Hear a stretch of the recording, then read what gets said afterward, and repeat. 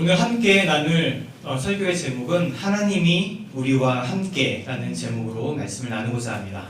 오늘 본문은 여호수아서 1장 9절의 말씀이고요.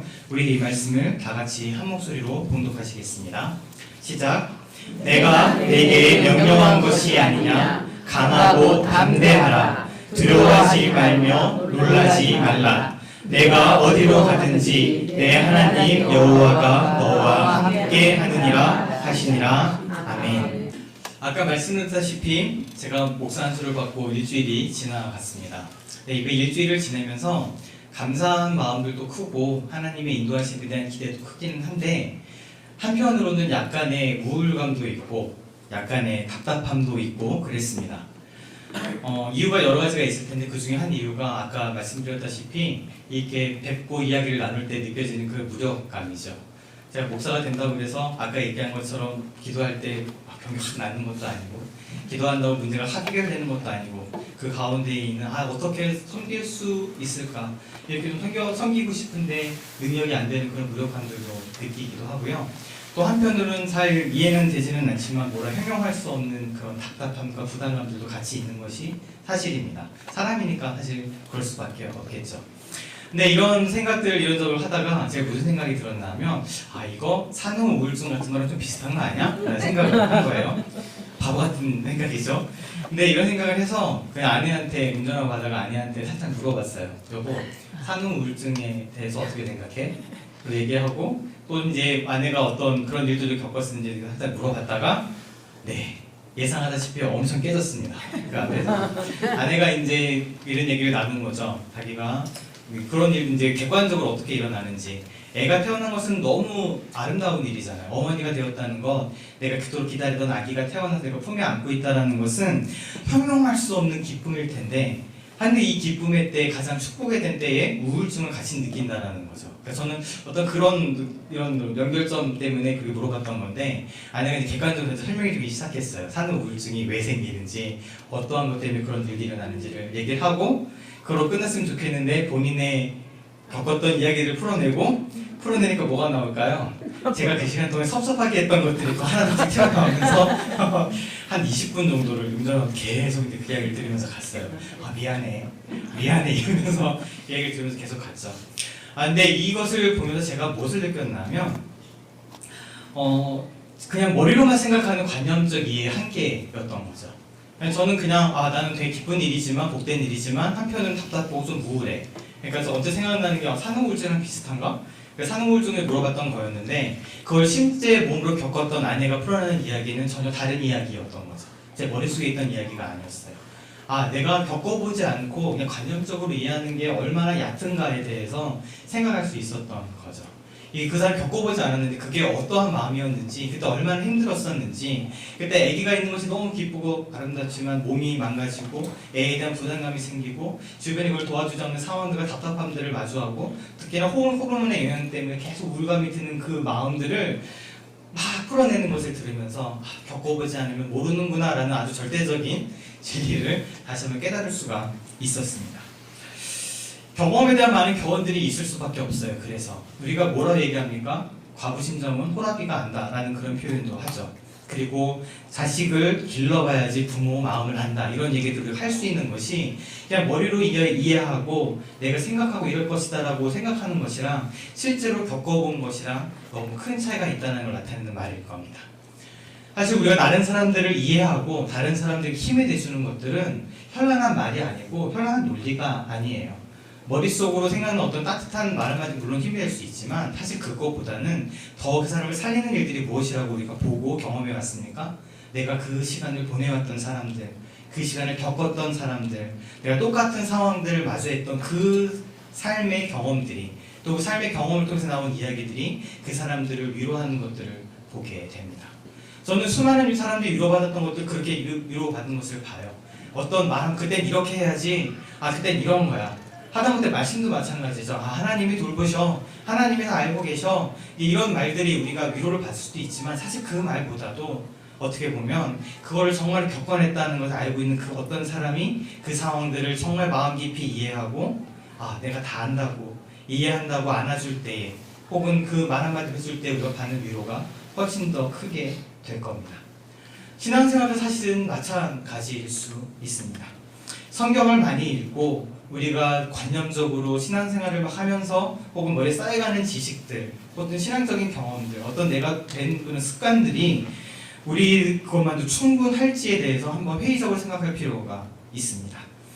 여러 신앙생활의 형식이나 혹은 경험이나 습관들을 통해서 우리의 내면들, 또 우리의 마음들, 또 우리 영성들이 다듬어지기도 하고, 결국 이것을 통해 어떤 사건이 일어났을 땐 그것이 힘을 발휘하기도 하지만, 사실 정말 하나님의 말씀이 우리 가운데 일을 하고 하나님의 말씀이 우리 가운데 힘을 주시고 그것이 내 것이 되는 그 순간은 사실 많은 순간이 하나님의 말씀과 내 삶이 만났을 때 바로 그 지점인 것이죠.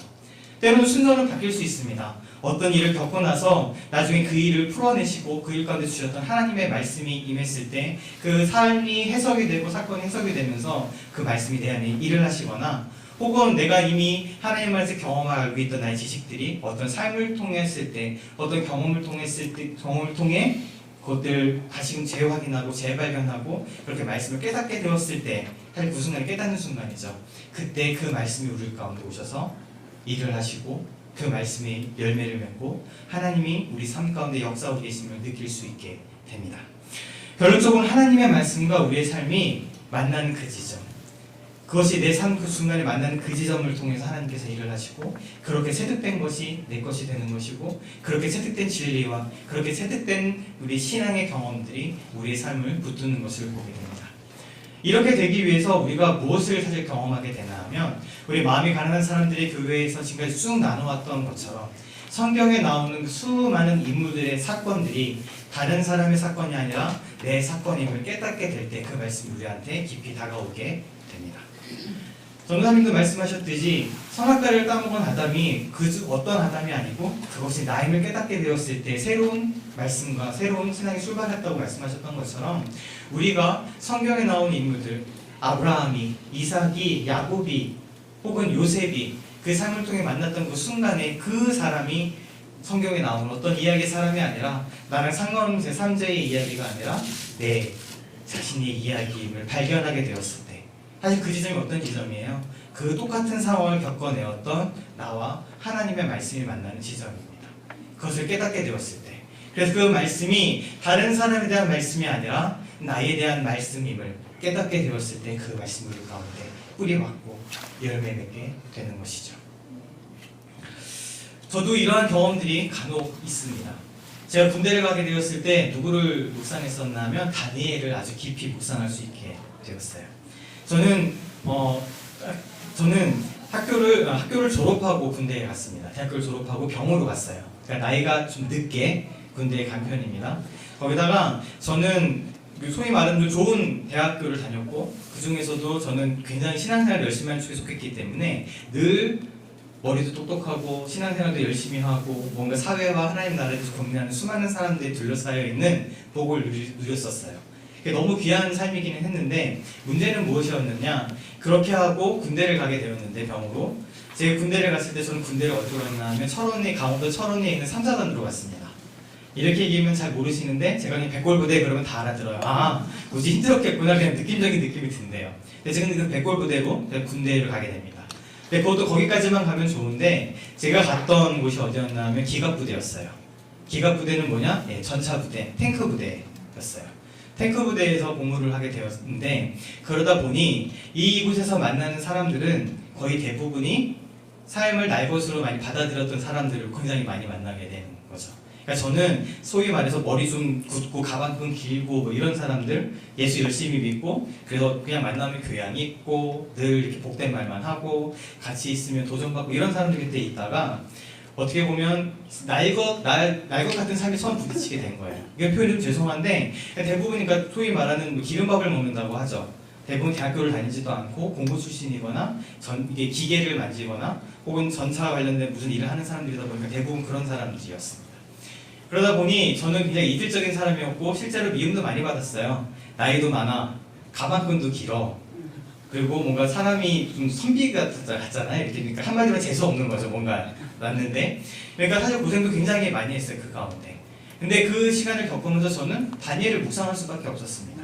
왜요? 이스라엘에서 자랐던, 또 이스라엘에서 높은 어떤 귀족과 같은 위치에서 있었던 다니엘이 어느 날 갑자기 바벨론으로 끌려가서 살게 되는 거잖아요. 언어도 다르고 문화도 다르고 가치관도 다르고 하나님도 섬기지 않고 자기가 그동안 해왔던 습관들, 자기가 해왔던 여러 가지 것들이 더 이상 통하지 않고 새로운 것들을 배워야 하는, 또 새로운 것들뿐만 아니라 내가 그것들을 받아들여야 될지 말아야 될지 고민해야 돼요. 그래서 이 다니엘과 새 친구들이 어떻게 했나요? 음식도 거부하죠. 우리는 채식만과 물만 하겠습니다는 결단을 내렸어야 됐어요. 그 이유는 여러 가지가 있긴 하겠지만 어쨌든 그런 거 하나만도 쉽지 않은 산 가운데 들어가게 된 것이죠. 제가 그 위치에 들어가게 되니까 다니엘을 새롭게 만나는 거예요. 그러니까 다니엘서를 읽을 때 그 전에 지나갔던 이야기들, 다니엘의 이야기, 그 마음들이 깊이 느껴지게 되는 것이고, 그렇게 만나는 하나님은 새로운 하나님으로 또 새로운 말씀으로 저한테 다가올 수 있었던 것이죠. 비슷하게 그런 날들 다 있지 않으신가요? 세상의 모든 것들이 나를 거부하는 것 같은 그런 느낌적인 느낌 드실 때 있지 않으세요? 하루를 지내면서도 하루 동안 그렇게 일이 안 풀릴 때 있죠. 그런데 이것이 하루는 괜찮은데 어느 기간 동안 저도 그런 경험을 합니다.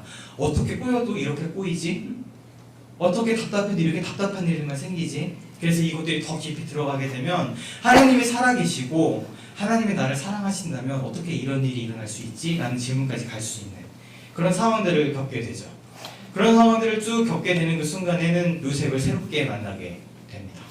하나님이 함께 하셔서 형통했다고 하는 그 요셉의 삶은 형들한테 배반을 당해서 노예로 팔려가고, 노예로 팔려갔던 그 집에선 여전히 모함을 받아서도 감옥에 갇히고, 감옥에 갇혔는데 뭔가 나한테 도움을 줄 수 있을 거라 생각한 사람들, 떡 맡은 관원장, 술 맡은 관원장한테 꿈을 풀어줘서 이제 나는 좀 풀려나나 보다 싶었는데 그들이 나가서 요셉을 까맣게 잊어버리는 그 상황들을 계속해서 겪는 그 상황인 거죠. 그러니까 그 상황들을 겪으면서 믿음이라는 것을 새롭게 발견하게 되는 겁니다. 믿음이라는 것이 내 주변의 모든 것이 형통하게 되었을 때 하나님이 함께 하시는구나 라고 느끼는 게 믿음이 아니구나. 믿음이라는 건 결국엔 눈에 보이지 않는 것을 내가 그렇다라고 믿는 것인데, 어떤 것을 믿는 거예요? 내 삶이, 내 상황이 하나님이 함께 하시지 않는 것 같은 상황으로 보이는 그때, 하나님이 함께 하신다면 도대체 이런 일이 일어날 수가 없을 텐데 라는 그 사건을 겪어내는 그때, 하나님이 나한테 말씀하지 않으시고 하나님이 나한테 무언가를 보여주지 않으시고 깜깜한 가운데 우겨쌈을 당하는 그때에, 그럼에도 불구하고 하나님께서 나랑 함께하고 계시고, 그럼에도 불구하고 하나님의 약속대로 내가 형통한 길 가운데에 있고, 그럼에도 불구하고 하나님이 사랑으로 나를 지켜보고 계신다라는 것을 믿는 것, 그것이 믿음이구나 라는 것도 그때 배우게 되는 거죠. 요셉이 그 가운데서도 내가 하나님 앞에서 어떻게 범죄할 수 있겠습니까? 라고 얘기할 수 있었던 것은 본인이 그러한 삶을 살지만 여전히 하나님에 대한 신뢰를 가지고 있었던 거죠. 그것은 믿음일 수밖에 없어요. 왜요? 내가 보이는 것, 내가 느끼는 것, 내가 겪고 있는 상황들은 그렇지 않다고 얘기하는 것처럼 보이거든요. 그럼에도 불구하고 하나님이 나를 사랑하시고 지금도 함께하고 계신다는 것을 내가 믿음으로 취하고 받아들이는 것, 이것이 믿음의 본질인 겁니다. 그냥 그래 보이니까 하나님이 계신 것보다 하는 것이 아니라, 전자님 설교에 등장했던 그 사람들처럼 그 병에 나았던 그때, 그 병이 나은 것을 보고 온 집안이 믿었다라는 그 믿음이 아니라, 그렇지 않은 것 같은 그때에 믿음으로 그 사실을 받아들이고 그 진리를 붙드는 것, 그것이 본질이구나라는 것들을 요셉을 통해서 발견하게 되는 것이죠. 서론이 길었지만 이렇게 우리가 성경의 인물들을 묵상하게 됩니다. 그리고 근 6개월의 기간 동안, 반년의 기간 동안 마음이 가난한 사람들의 교회를 비롯해서 제가 가장 많이 묵상했던 사람이 누구가 될까요? 제가 지금 새롭게 만나고 있는 인물은 바로 여호수아입니다. 오늘 읽었던 이 말씀을 듣고 있는 바로 그 여호수아를 저는 다시 새롭게 만나고 있는 것이죠. 여호수아서 1장 1절에서 2절은 이렇게 이야기합니다.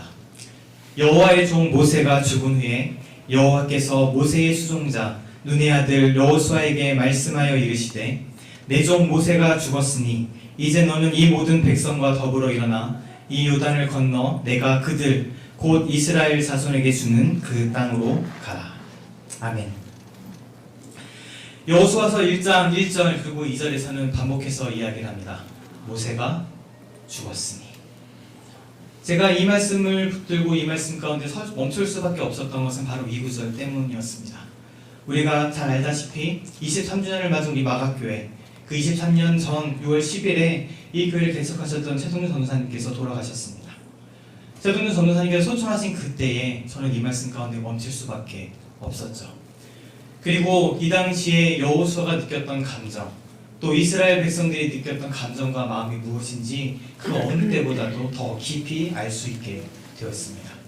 그저 그냥 모세가 죽었으니 여호수아가 답답하겠다는 끝나는 것이 아니죠.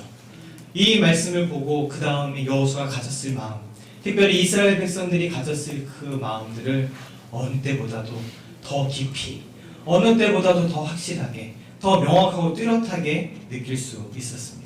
그 마음들은 계속 저를 지금도 붙들고 있습니다. 신명기 34장 10절에는 이렇게 얘기합니다. 그 후에는 이스라엘에 모세와 같은 선지자가 일어나지 못하였으니 라고 이야기합니다.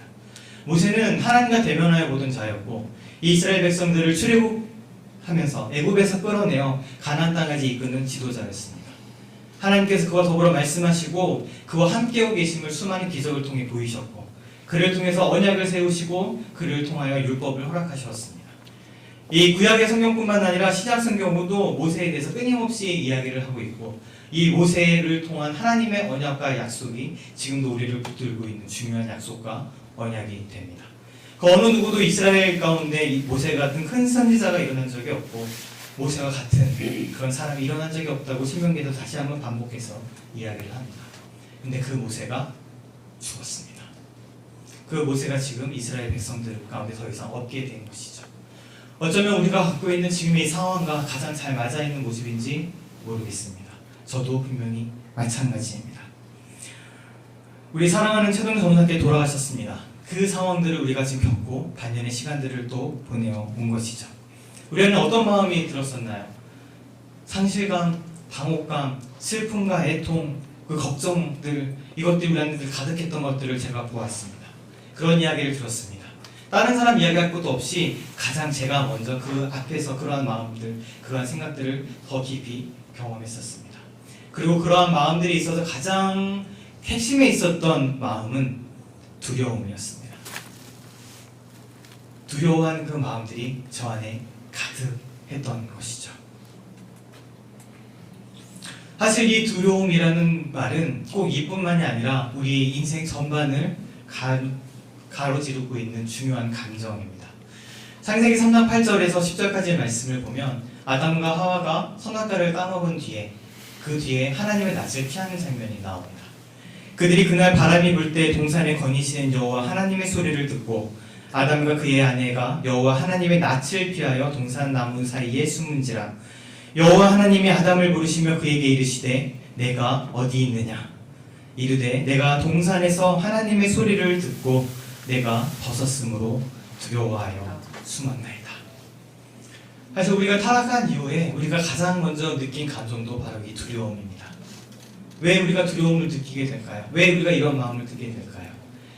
본질적으로 사실 이 가운데 우리가 하나님을 떠났기 때문인 것이죠. 이건 정말 얘기할 수밖에 없습니다. 하나님을 떠나고 하나님과의 관계가 어그러진 그때 우리의 본질 자체는 두려움 가운데 놓이는 존재가 될 수밖에 없습니다. 그 두려움이 우리를 붙잡게 되는 것이죠. 이 두려움이란 마음이 왜 생기게 되는 걸까요? 사실 이 두려움은 우리가 어찌할 수 없는 문제, 어찌할 수 없는 사건에 대한 우리의 감정이기도 합니다. 만약에 우리가 어떠한 상황이 벌어졌을 때 그 상황을 완전하게 컨트롤할 수 있다면 내가 그 상황을 완전히 해결할 수 있는 능력과 지혜가 있고 내가 그러할 만한 사람이 된다면 우리는 두려워하지 않습니다. 그냥 그 문제를 해결하면 됩니다. 그냥 그 문제를 내가 풀면 됩니다. 어떤 상황을 이겨내면 됩니다. 여기서 사업하시는 분들이나 혹은 이렇게 능력이 뛰어나신 분들 그런 경험하시잖아요. 다른 사람들은 두려워하면서 호들갑 떠는 일들, 내 직원이 혹은 내 부하가 이런 일들 사고를 저지르고 실수를 저질렀을 때 호들갑 떠면서 두려워하고 무서워하는 일들을 겪게 됩니다. 그런데 그런 경험이 있고 있으신 분들은 내가 이 문제를 어떻게 해결하지 않은 사람들은 그게 두려워하지 않는 문제죠. 왜요? 내가 해결할 수 있는 문제이기 때문에 그렇습니다. 해결하면 돼요.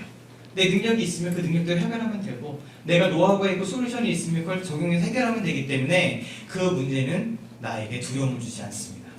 근데 우리가 두려워할 수밖에 없는 그 근본은 그것을 내가 어떻게 할 수 없다라는 본질이 있기 때문에 그렇습니다. 그러한 걱정들은 어디서 오게 되나요? 내 건강에 대한 걱정, 내 장래에 대한 걱정, 혹은 내 자녀에 대한 두려움들, 내 자녀의 장래에 대한 그 두려움들, 내 사업에 대한 두려움들, 앞으로 있을 일에 대한 두려움들, 내 노후에 대한 두려움들, 이런 것들이 어디서부터 오게 되나요? 내가 그것을 어떻게 할 수 없다라고 느끼는 그때에 우리가 두려움을 느끼게 되는 것이죠. 그런데 지금 우리를 휩싸고 있는, 또 지금까지 우리를 끌어왔던 그 많은 감정들 또한 이런 두려움과 마찬가지입니다. 전도사님 안 계시네. 전도사님이 지금 돌아가신 그 순간 느꼈던 것은 앞으로 우리가 어떻게 될 것인가? 앞으로 우리가 어떻게 교회는 흘러가게 될 것인가? 앞으로 우리는 내 삶을, 혹은 내가 지금까지 의지해오고 내가 나를 지금까지 돌봐주고 나에게 하나님의 말씀을 나눠주었던 그 사람이 없는 그때에 나의 앞으로의 삶과 나의 앞으로의 방향은 어떻게 될 것인가 라는 두려움들이 우리 가운데 머물 수밖에 없었던 것이죠. 저는 그 두려움이 더 큽니다. 저는 능력이 없는 사람이거든요. 저는 지혜가 없는 사람이거든요. 그렇다면 어떻게 이 교회 공동체를 섬기게 될 것인지, 어떻게 이것들을 주님의 마음으로 섬기게 될 것인지, 어떻게 이 가운데 내가 말씀을 전하게 될 것인지, 그리고 어떻게 보면 지금도 그런 무력함들을 느끼면서 똑같은 두려움들이 저를 붙들고 있습니다. 이 두려움들은 동일하게 여호수아에게, 이스라엘 백성들에게 똑같이 있었던 마음이죠. 그렇기 때문에 여호수아서 1장 9절에 말씀을 하시는 이 하나님께서는 1절부터 9장까지 계속해서 이런 말씀들을 반복하십니다. 6절에는 강하고 담대해라. 7절에는 오직 강하고 극히 담대해라. 9절에는 내가 내게 명령한 것이 아니냐, 강하고 담대하라, 두려워하지 말라, 놀라지 말라, 계속해서 말씀하고 계십니다. 왜냐하면 여호수아가, 이스라엘 백성이 이 두려움 가운데 있기 때문이었던 거죠. 우리도 동일한 두려움이 있습니다. 동일한 염려가 있습니다. 어떻게 보면 이스라엘 백성들이 모세를 잃어버린 그때보다도 더 깊은 상실감과 더 큰 아픔과 더 큰 두려움이 우리 가운데 있을지도 모르겠습니다.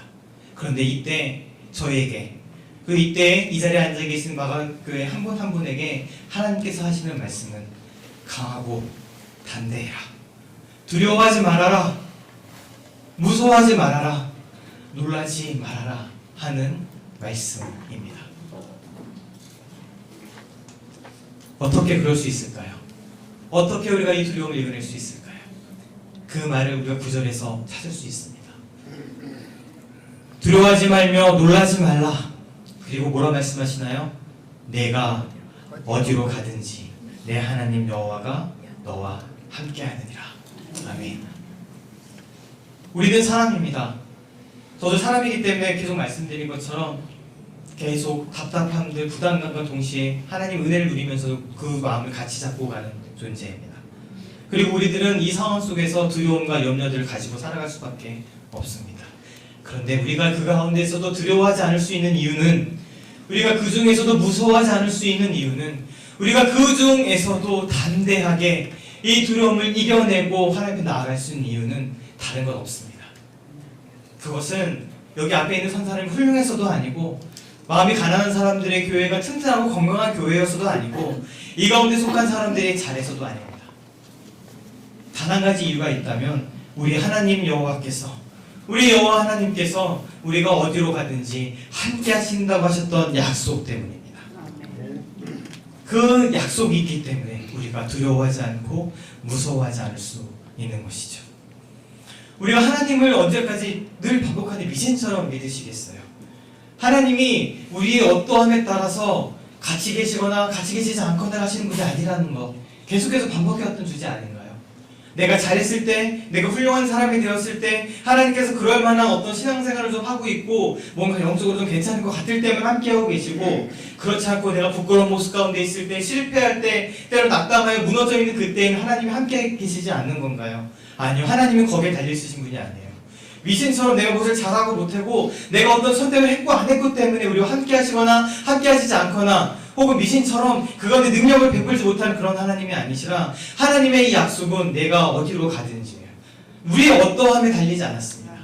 마음이 가난한 사람들의 교회가 앞으로 어떻게 하느냐, 제가 어떻게 하느냐, 중요한 문제일 수 있어요. 그것 때문에 어떤 열매도 있을 수 있겠습니다. 하지만 본질적으로 하나님이 우리와 함께하고 계신다는 그 약속은, 우리 마음이 가난한 사람들의 교회와 함께 하신다는 그 약속은, 제가 여호수아 같은 마음으로, 두려운 마음으로 이 능력 없음을 자책하면서 엎어져 있는 그때에도 하나님께서 저에게 하시는 말씀은, 내가 어디로 가든지 너와 함께 하겠다라는 그 약속입니다. 우리 어떠함에 달리지 않았습니다.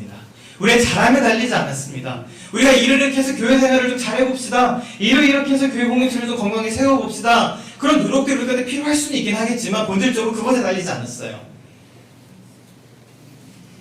우리가 두려워하지 않을 수 있는 이유는, 이 상황에서도 무서워하지 않을 수 있는 이유는 23년의 기간 동안 처음에 제동대 전사님을 통해서 뿌리신 씨앗을 통해 교회를 개척하시고 이때까지 이곳에서 사람들을 살리시고 양육하시고 그들과 하나님 말씀을 나누시고 예수 그리스도의 복음을 통해 삶을 바꾸셨던 그 하나님께서 지금도 여전히 함께 하시기 때문입니다. 아멘. 그것은 저 때문도 아니고, 그것은 여기 앉아 계신 분들이 여기를 자리를 지켜서도 아니에요. 그것이 너무 고맙고 감사한 일이지만 본질적으로 우리 교회는, 우리 한 사람 한 사람은 어디로 가든지 함께 하시는 그 하나님의 약속으로 인해 무서워하지 않고 두려워하지 않을 수 있는 겁니다. 창세기 28장 15절 같이 한번 읽겠습니다. 시작. 내가 너와 함께 있어 내가 어디로 가든지 너를 지키며 너를 이끌어 이 땅으로 돌아오게 할지라. 내가 내게 허락한 것을 다 이루기까지 너를 떠나지 아니하리라 하시니라. 아멘.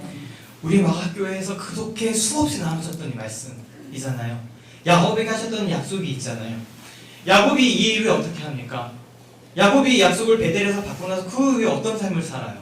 하나님 우리의 숨막게 되어서 매일매일 삶이 모범적이고 매일매일 삶을 볼 때마다 영적인 삶, 깊은 삶을 살아갔나요? 아니요. 끊임없이 자기 욕심을 추구하고 자기 욕심을 따라가고 꾀를 부리고 그 꾀에 자기가 단서 넘어지기도 하고 큰 고통과 고난 가운데 있기도 하고, 우리가 알듯이 약곡강가에서 하나님과 더불면서 싸우기도 하고 그 두려움과 무서움으로 밤을 지새우고 형을 두려워하기도 하고, 그 수많은 일들을 야곱이 겪어왔어요. 근데 그 야곱의 어떤 실수, 잘못된 꾀, 또 어느 때는 잘했던 일, 그것에 하나님이 함께 하심이 달려있었나요? 아니죠. 이 말씀 그대로 야곱이 어떤 삶을 살든지 이 약속 하나 때문에 하나님께는 여전히 야곱과 동행하시고 그와 함께 하셨습니다. 내가 너에게 허락한 것을 다 이루기까지 너를 떠나지 않겠다는 그 약속이 지켜진 것들을 볼 수 있죠. 마가교회도 마찬가지입니다. 많이 가난한 사람들의 교회가 앞으로 부흥할 수도 있고, 죄송합니다, 없어질 수도 있습니다. 근데 우리가 그것에 대해서 중요성을 두지 않는 이유가 무엇인가요? 지난주에 나눴듯이 이 교회의 머리가 누구신가요? 예수 그리스도이십니다. 우리는 몸된 예수 그리스도의 부르심에 따라 이곳에 있는 것뿐이고요. 만약에 이 교회가 없어지는 때가 온다면 하나님께서 허락한 것을 이 교회를 통해 다 이루셨기 때문인 겁니다. 하나님이 처음에 이 교회를 세우시고 지금까지 이끄셨던 그 놀라운 부르심 가운데 하나님 허락하신 것을 다 이루었기 때문에 그때 하나님의 때에, 하나님 허락하신 아름다운 때에 이 교회 공동체도 흩어져서 각자 있는 곳에서 주님을 섬기는 일이 일어나게 되겠죠. 그렇게 됐다는 것은 하나님께서 허락하신 일을 다 이뤘기 때문이에요. 우리 마가교회는 그렇게 될 겁니다. 제가 이건데 마가교회 잘 될 거다 못 될 거다 잘 얘기할 수도 없고 그런 능력도 없어요. 근데 저는 너무 감사합니다. 그것이 저의 능력에 달리지 않았습니다. 그것은 오직 하나님이 함께 하신 것에 달려있고, 제가 두려워하지만 내가 두려워하지 않겠다고 하나님께 설 수 있는 이유 단 한 가지는 하나님이 어디로 가든지 허락한 것을 다 이루시기까지 우리와 함께 하시기 때문입니다. 아멘. 이사야서 41장 8절 10절에서 우리가 다시 한번 확인하고 계십니다. 우리 8절, 9절, 10절의 말씀을 같이 한 목소리로 선포하며 읽겠습니다. 그러나 나의 종 너 이스라엘아, 내가 택한 야곱아, 나의 법 아브라함의 자손아, 내가 땅끝에서부터 너를 붙들며 땅 모퉁이에서부터 너를 부르고 내게 이르기를 너는 나의 종이라. 내가 너를 택하고 싫어하여 버리지 아니하였다 하였노라. 두려워하지 말라, 내가 너와 함께하니라. 놀라지 말라, 나는 내 하나님이 됨이라. 내가 너를 굳세게 하리라. 참으로 너를 도와주리라. 참으로 나의 의로운 오른손으로 너를 붙들리라. 아멘. 계속해서 반복하신 이 부르심이 무엇인가요? 우리들 계속해서 지목하시는 말입니다. 우리가 말씀을 통해서 우리는 누구다 했던 그 상황들 하나하나 다 다시 한번 확인하시면서 부르시는 거죠. 나의 종, 너 이스라엘아, 내가 택한 야곱아, 나의 벗 아브라함의 자손아. 반복해서 우리 지금 한 사람 한 사람 부르고 계시는 거예요. 어떤 특정한 그 사람이 아니라 지금 여기 앉아있는 우리 한 사람 한 사람의 이름을 지금 부르고 계시고 마음이 가난한 사람들의 교회를 그대로 부르고 계시는 것이죠. 나의 종 이스라엘아, 야곱아, 나의 벗 아브라함의 자손아. 그리고 하시는 말씀이 무엇인가요? 내가 너를 땅끝에서부터 붙들었다. 내가 너를 불렀다. 내가 너를 택하고 치료하여 버리지 아니하였다. 다시 한번 확인하십니다. 우리 가운데 확인하십니다. 그 모든 일들이 일어나서 그 많은 우리가 낙심이 되고 고통과 슬픔과 아픔이 되었지만 그럼에도 불구하고 여전히 하나님은 우리를 부르셨고 지금도 택하셨고 지금도 싫어하여 너를 버리는 것이 아니라 지금도 우리를 여전히 우리 교회를 여전히 붙들고 계신다라고 말씀하십니다. 그러면 다시금 뭐라 말씀하시나요? 두려워하지 말아라. 내가 너와 함께한다. 무서워하지 말아라. 나는 너의 하나님이다. 내가 너를 굳세게 할 것이다. 내가 너를 도와줄 거다. 내가 너를 나의 의로운 손으로 붙들 것이다. 라는 그 약속을 오늘도 지금 우리에게 주시는 겁니다. 마가교회가 세워지고 23년이나 지났습니다. 하나님께서 이 약속을 지금까지 신실하게 지켜오셨습니다. 한 번도 저버리지 아니하시고 제동 전도사님을 통해 사신 그 약속, 이 교회를 처음 세우실 때 하셨던 그 약속대로 우리와 함께하고 계시고 하나님을 두려워하고 무서워했던 그 수많은 사람들 이곳에 부르셔서 다시 하나님을 만나게 하시고 예수 그리스도의 복음을 깨닫게 하시고 다시 그로 말미암아 천국을 누리는 삶으로 우리를 초대하셨습니다. 그리고 그 함께하심은 앞으로도 계속 될 겁니다. 그래서 두려워하는 것이 당연하고 무서워하는 것이 당연하고 염려하는 것이 당연하고 느껴지는 바로 이 순간에도 하나님 여전히 우리 가운데 내가 어디로 가든지 너와 함께한다. 그러니 너는 두려워하지 말아라. 놀라지 말아라. 라고 말씀하십니다. 요한일서에서는 이렇게 얘기합니다. 사랑 안에 두려움이 없고 온전한 사랑이 두려움을 내쫓나니. 우리가 이 두려움을 이겨낼 수 있는 가장 근본적인 이유는 지금까지 계속 반복했던 것처럼 하나님 우리와 함께 하시기 때문입니다. 그렇기 때문에 내가 어찌할 수 없는 그 문제가 나의 능력에 박하시다고 생각하는 그것들이 내가 어떻게 할 수 없다고 여기는 우리 교회와 나의 미래가 우리 안에 두려움으로 다가오지 않습니다. 하나님이 함께 하시기 때문인 것이죠. 그와 함께 우리에게 말씀하시는 것은 그러한 두려움들이 결국에는 우리 안에 사랑함을 통해 쫓겨나게 된다라고 말씀하십니다. 사랑 안에는 두려움이 없기 때문입니다. 하나님께서 우리에게 하신 그 사랑을 붙들 때에 하나님께 베푸신 그 사랑을 우리가 의지하게 될 때 우리 안에 더 이상 두려움이 없습니다. 또 하나님께서 우리에게 주신 것대로 하나님께 우리에게 명령하시는 것대로 우리 안에 이 공동체 가운데 하나님의 사랑으로 인한 사랑이 서로 다시 나눠질 수 있다면 우리는 온전히 사랑할 수 없는 존재들이지만 그래도 하나님 우리를 통로 삼으셔 그 사랑이 흘러가는 일들이 일어나게 된다면 그 사랑이 혹시 우리 가운데 우리 공동체까지 남아있을지 모를 두려움들을 쫓아냅니다. 그 두려움들을 내몰고 오직 사랑 안에 거하게 만들 것입니다. 이러한 우리 두려움을 벗어나 두려워하지 않는 것을 넘어서서 우리 예수 그리스도께서 우리에게 주신 그 약속은 평안을 너희에게 이치노니 라는 약속을 우리에게 주십니다. 같이 읽겠습니다.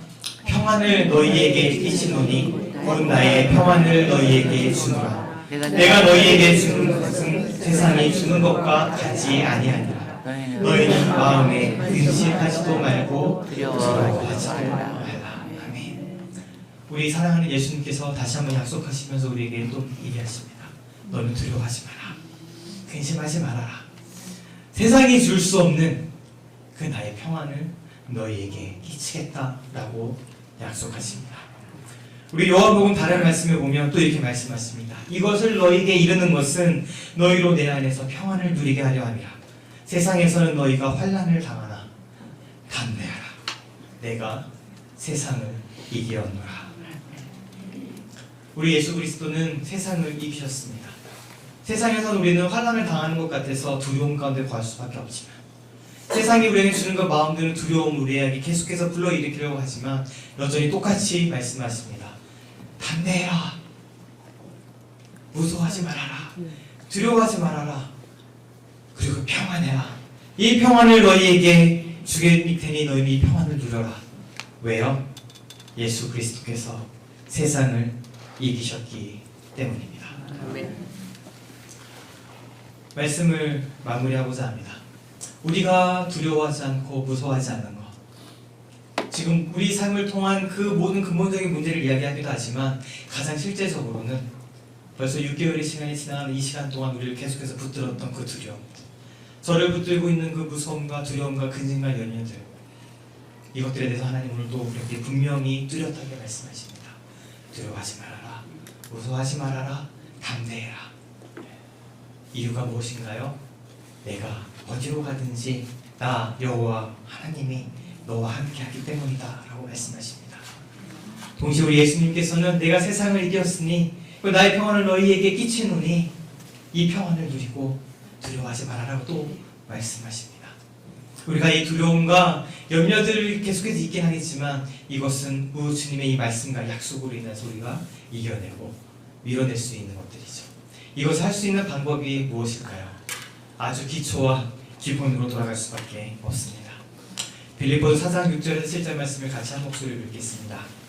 아무것도 염려하지 말고 다만 모든 일에 기도와 간구로 너희 구할 것을 감사함으로 하나님께 아뢰라.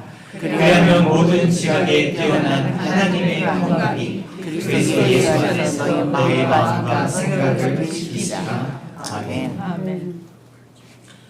우리가 염려하지 않고 두려워하지 않게 하는 그 시작 출발점은 사실 기도입니다. 사실 그 기초로, 그 근본으로 가장 베이직한 것으로 돌아갈 수밖에 없습니다. 아까 나의 무기력함을 이겨낼 수 있는 것도 하나님 앞에 무릎을 꿇는 것밖에 없던 것처럼 우리가 사실 이 두려워하는 것, 무서워하는 것들이 끊임없이 나의 삶을 붙들고 지금 나를 흔드는 것이겠지만 이것들을 내려놓을 수 있는 그 자리는, 그리고 하나님 나와 함께하고 계시고 예수 그리스도가 세상을 이겼다는 그 확신을 우리에게 심어주는 그 자리는 기도의 자리입니다. 염려하지 말아라. 그리고 할 것은 기도와 간구로 구할 것을 감사함으로 하나님께 아뢰라고 우리 성경은 이 사도 바울에게 권면합니다. 그때 어떤 일이 일어나게 되나요? 내 아들을 누르고 있는 그 감정들, 생각들, 두려움들, 그 모든 지각, 내 생각과 경험까지도 뛰어넘는 모든 지각에 뛰어난 그 하나님의 평강이, 예수 그리스도의 평강이 우리 마음과 생각을 지키시게 될 겁니다. 아멘.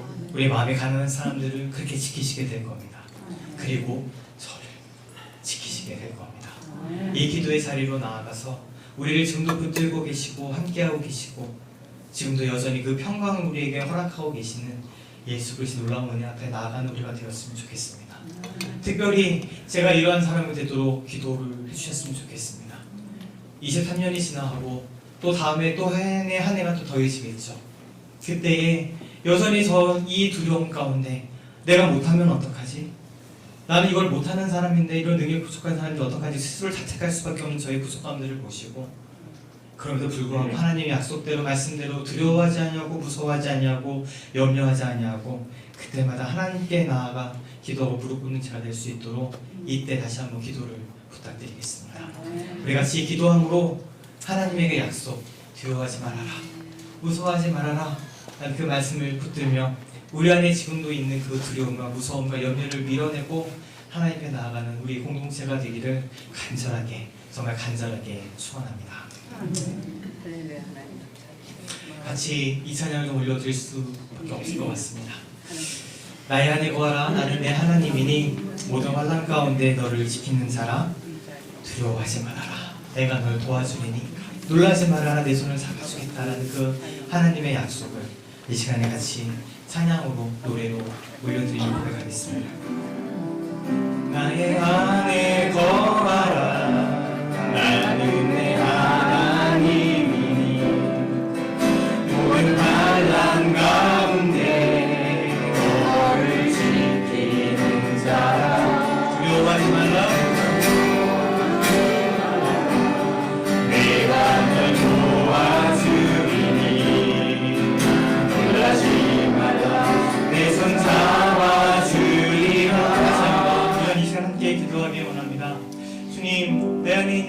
두려움들, 이 걱정들 혹은 염려들, 또 내 안에 있는 이 많은 것에 대한 그 짐들을 주님 앞에 내려놓습니다. 그렇게 할 수 있는 이유는 내가 능력이 뛰어나서도 아니고, 내가 지혜가 뛰어나서 이것들을 해결할 수 있음도 아니고, 내가 이 문제를 컨트롤할 수 있을 만한 그런 상황이 있어서가 아니라 주님께서 나와 함께 하시기 때문입니다. 그 약속을 내가 믿기 때문입니다. 주님, 예수 그리스도께서 약속하신 그 평강과 평안을 우리에게 허락하여 주시고, 내가 세상을 이기었느니 너희는 담대하라고 말씀하신 그 음성에 내 안에 가득하게 하셔서 내가 주 안에서 이 평강을 누리고 두려워하지 아니하고 늘 하나님께서 이끄시는 기도의 날로 나아가도록 붙들어 주시고 인도하여 주시옵소서. 우리 같이 주 앞에 간구하고 기도하며 나가겠습니다. 두려워하지 말라, 내가 너와 함께 함이라. 놀라지 말라, 나는 내 하나님이 됨이라. 내가 너를 굳세게 하리라. 참으로 너를 도와주리라. 참으로 나의 의로운 오른손으로 너를 붙들리라. 아멘. 하나님, 오늘도 이 말씀, 주님께서 허락하신 이 약속과 언약을 바라보며 믿음으로 그 약속을 취하며 나아가는 우리 한 사람 한 사람을 돌보아 주시옵소서. 우리 사랑하는 최동균 선교사님을 통해 23년 전 이곳에 마음이 가난한 사람들의 교회를 세워주시고, 이 긴 시간 동안 주님이 교회를 통하여 놀라운 일들을 행하시며 주의 은혜와 진리의 말씀들을 흘려보내주심을 감사합니다. 23년 동안 함께 하시면서 베푸신 그 은혜를 우리가 바라볼 수밖에 없습니다. 이제 그 주셨던 은혜와 그 약속의 말씀들을 붙들고 또 앞으로 걸어가고자 하오니, 이제 하나님, 이 마음이 가난한 사람들의 교회에 속해 있는 한 사람 한 사람을 주님께서 복되게 하시고, 주님 은혜와 말씀으로 붙들어 주시고, 그의 삶 가운데 예수 그리스도의 놀라운 사랑과 평강으로 채워 주시옵소서.